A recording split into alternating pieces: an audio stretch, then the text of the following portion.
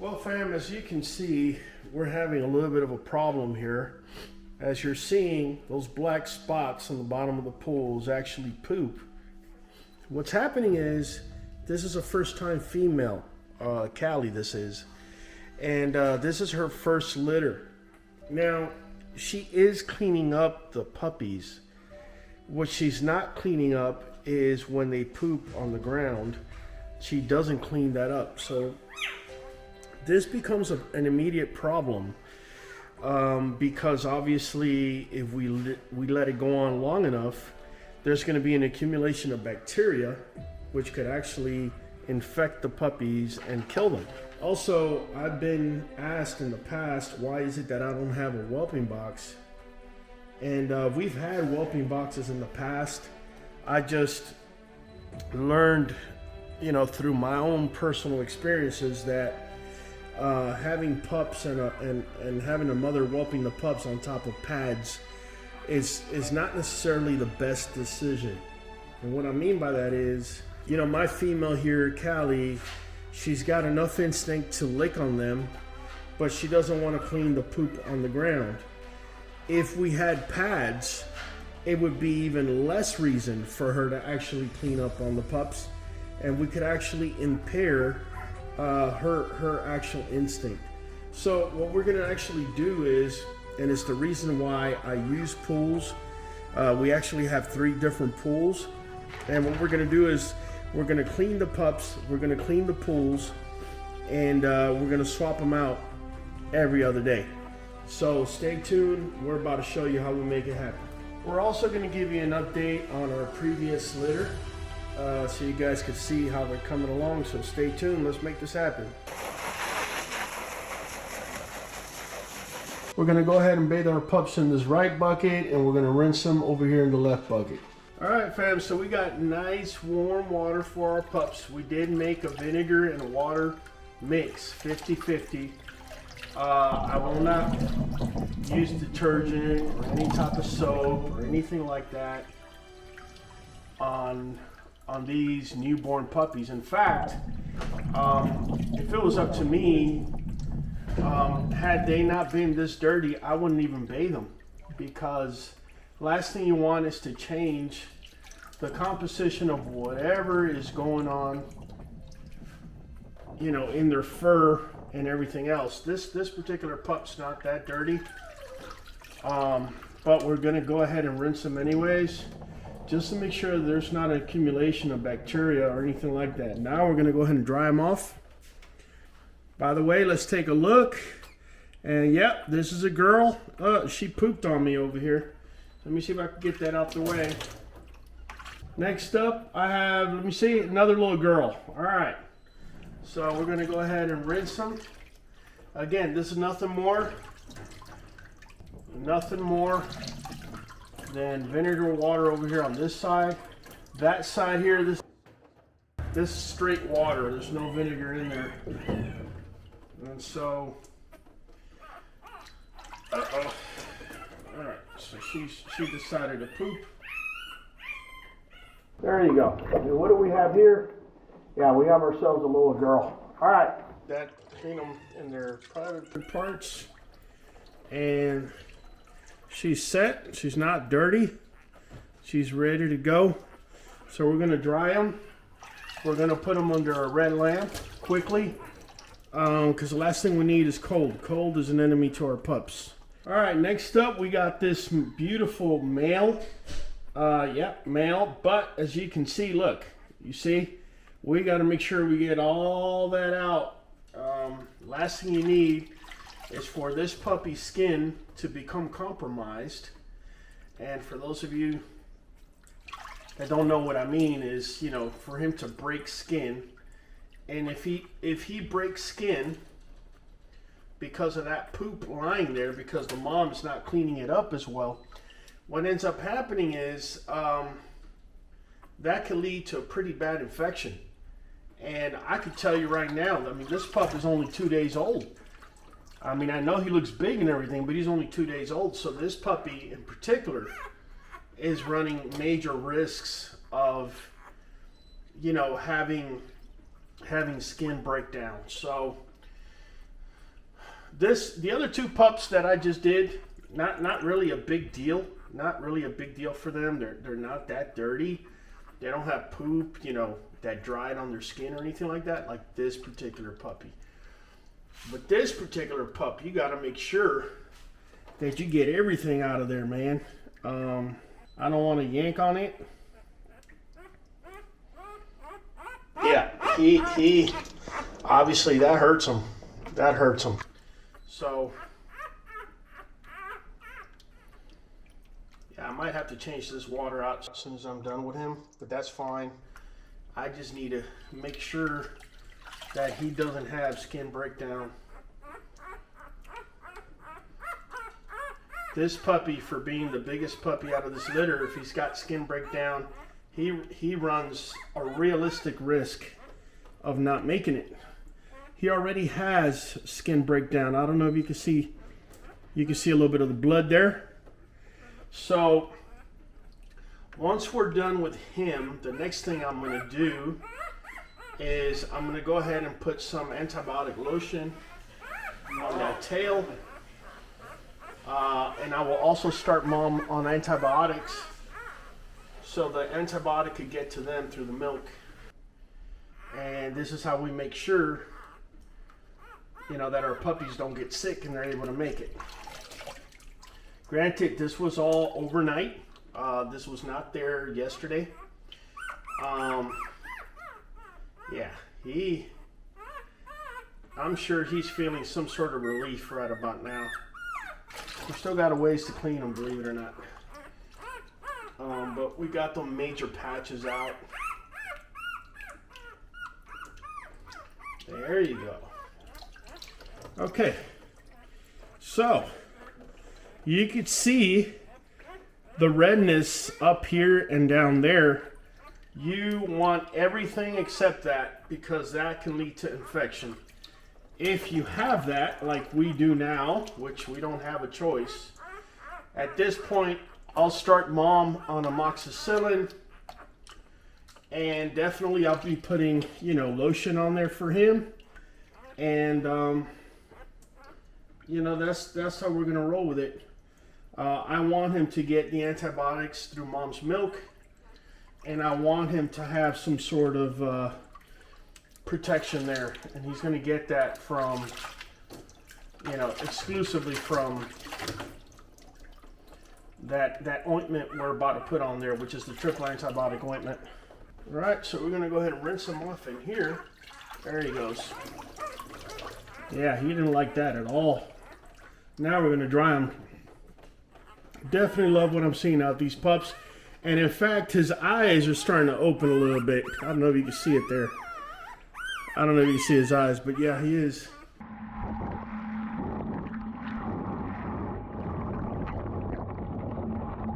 So we got another little stinky monkey here. There's another male. Yeah, we got another male. We got another dirty butt. So, you know, we got to do our thing for him. Make sure that, you know, we take the right precautions. We don't have skin breakdown. Skin breakdown is probably one of the most, just the money, fam. It's for the right reasons, like ethically, like you got to take care of your pups, right? So here goes another male. Really happy seeing this boy. All right, next up, whoa, we got to change this water up. Next up, we have little Miss Conga. She looks just like her dad did when he was a puppy, and she too is dirty in the rear. So we definitely got to clean her up. I'm just going to go ahead and rinse her up here, just because I'm having to change out the water every single time. And yeah, we're cleaning her out, man. You could already see the relief that this puppy is feeling. Again, our female Callie is this is the first time ever that she's had pups. She's doing good. She is cleaning them. There are occasions that, you know, she doesn't do as good of a job as you know, other females, if you want to call it that. But nonetheless, she's doing good. I knew coming in, whenever I have first-time females, that unfortunately this is part of a possibility of things that could happen. And therefore, you know, I already knew, I could tell you I already knew today in the morning that, you know, we had to do this. And, you know, we're filming this and you may be getting a short video of all this. But the fact of the matter is, you know, this is a process that could take easily an hour and a half to 2 hours, because more importantly than anything else is we got to make sure that these puppies are dry. Because temperature is these puppies' #1 enemy. So, yeah, let me go dry this baby girl. Next up, we got ourselves, yep, another male. All right, he definitely looks lilac. I was expecting tri-lilacs outside of the Merles. Wouldn't surprise me if this is a ghost tri-lilac. Just give him the time and we'll find out. So this little boy, he's been very well cleaned.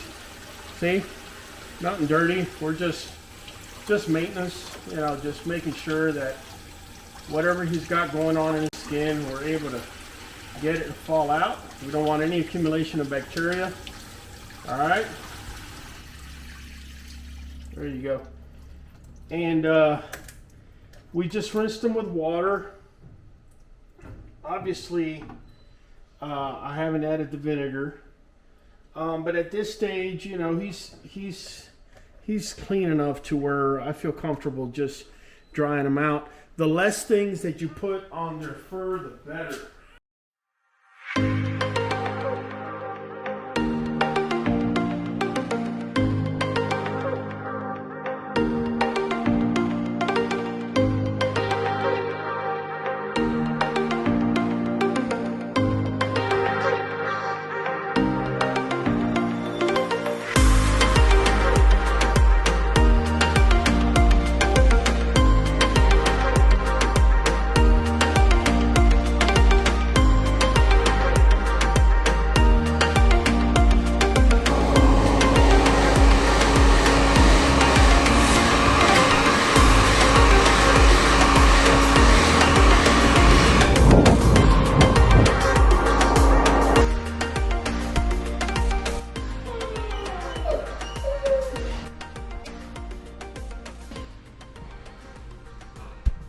All right, y'all saw me make a video of them. This is your update. So now, luckily for me, they're nice and clean and they're old enough. But at this stage of the game, since we got vinegar out and we're able to do our mixture and whatnot, it's never a bad thing, especially when they're this age, to just rinse them down, dry them up, and that's it. This is a beautiful little girl we got. And you know, she's going in for the dunk as well. And again, we try to make sure that we don't get none of the vinegar in their eyes or ears or nose for that matter. Every now and then you'll get one that'll want to lick the water. And that's it, we're pretty much done with her. Now we just dry her up. Definitely will not be the last time. We have a pool outside now. Mind you, it is kind of cold. She is a little dirty here. It is cold, so we're not going to put them in the pool just now. Uh-oh, she tasted the water. There you go. You see, every now and then you'll get one that'll taste the water. And then once they do, they realize it wasn't meant for them to be tasting it real quick.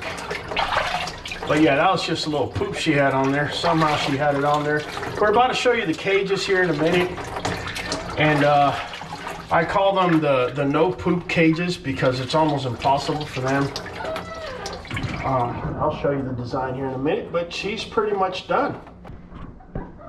All right, guys, so let me show you guys our cages and why it is I love them so much. If you notice the cages, let me open this up. Yeah, you see you got metals underneath, so whenever they poop, they step on it and it falls right through. Isn't that right, little one? Yeah, These are what I consider to be, if not the best, one of the most suitable, one of the best ways to handle a litter. You get yourself some of these cages, and you know, a lot of the hygiene issues that you may have dealing with, say, wood shavings and things like that is no more. Things like coccidia, right? They're diminished quite a bit because of this particular cage, because, you know, they come in contact with poop far less than they ever would with a solid floor. And coccidia is spread by them, you know, putting their paws on the poop and then either somehow putting it on a water source or on a food source. And neither of those things happen. As you can see, we have a nice little red light there to keep them nice and warm. All right. And so, small little tour, small little tidbits, but plenty of good information for you guys that are breeding. To spend maybe a little extra money. These cages, I could tell you, each one of these cages runs for $400. We have quite a few of them. And at first, you know, $400 may seem like a high price tag, but once you've reared pups with different facility, with a solid floor, and once you lose one or two and you realize that due to coccidia you lost them, then you realize that this is actually cheap. In fact, even at $1,000 a pop, it still would be cheap for the amount of pups that it's going to save. So, guys, this is basically it. This is what today I had to do. You know, I also got to go out and feed my dogs and exercise them, do a bunch of other things. But the pups you saw, the Merle pups you saw, I'm going to have to do this every other day for about 3 weeks. These pups are good to go. These pups are good to go. They're 6 weeks already. So now they're going to put on a little weight, and in a month exactly, it's time for them to go to their new homes. We're definitely keeping one of these pups. The other one's going to QBN Indy, thank goodness. But nonetheless, just wanted to show you guys a little bit of what breeders go through. I've had a lot of you tell me I make it look easy. Still make it look easy, but are you willing to clean puppy butts every other day and clean pools and do all that? Because that's part of what this whole process entails. And this is what it looks like afterwards. Mama's happy, puppies are clean, they're nice and warm, and we're back to a clean swimming pool. All right, for those of you asking what multivitamin I feed her, I mean, by now it's no secret. You know, we're giving her Nuvet Plus. This is what we give to all of our dogs, and also we use it as our prenatal vitamins. If you're interested, we're going to go ahead, prenatal and postnatal vitamins. If you're interested, we'll go ahead and leave a description below.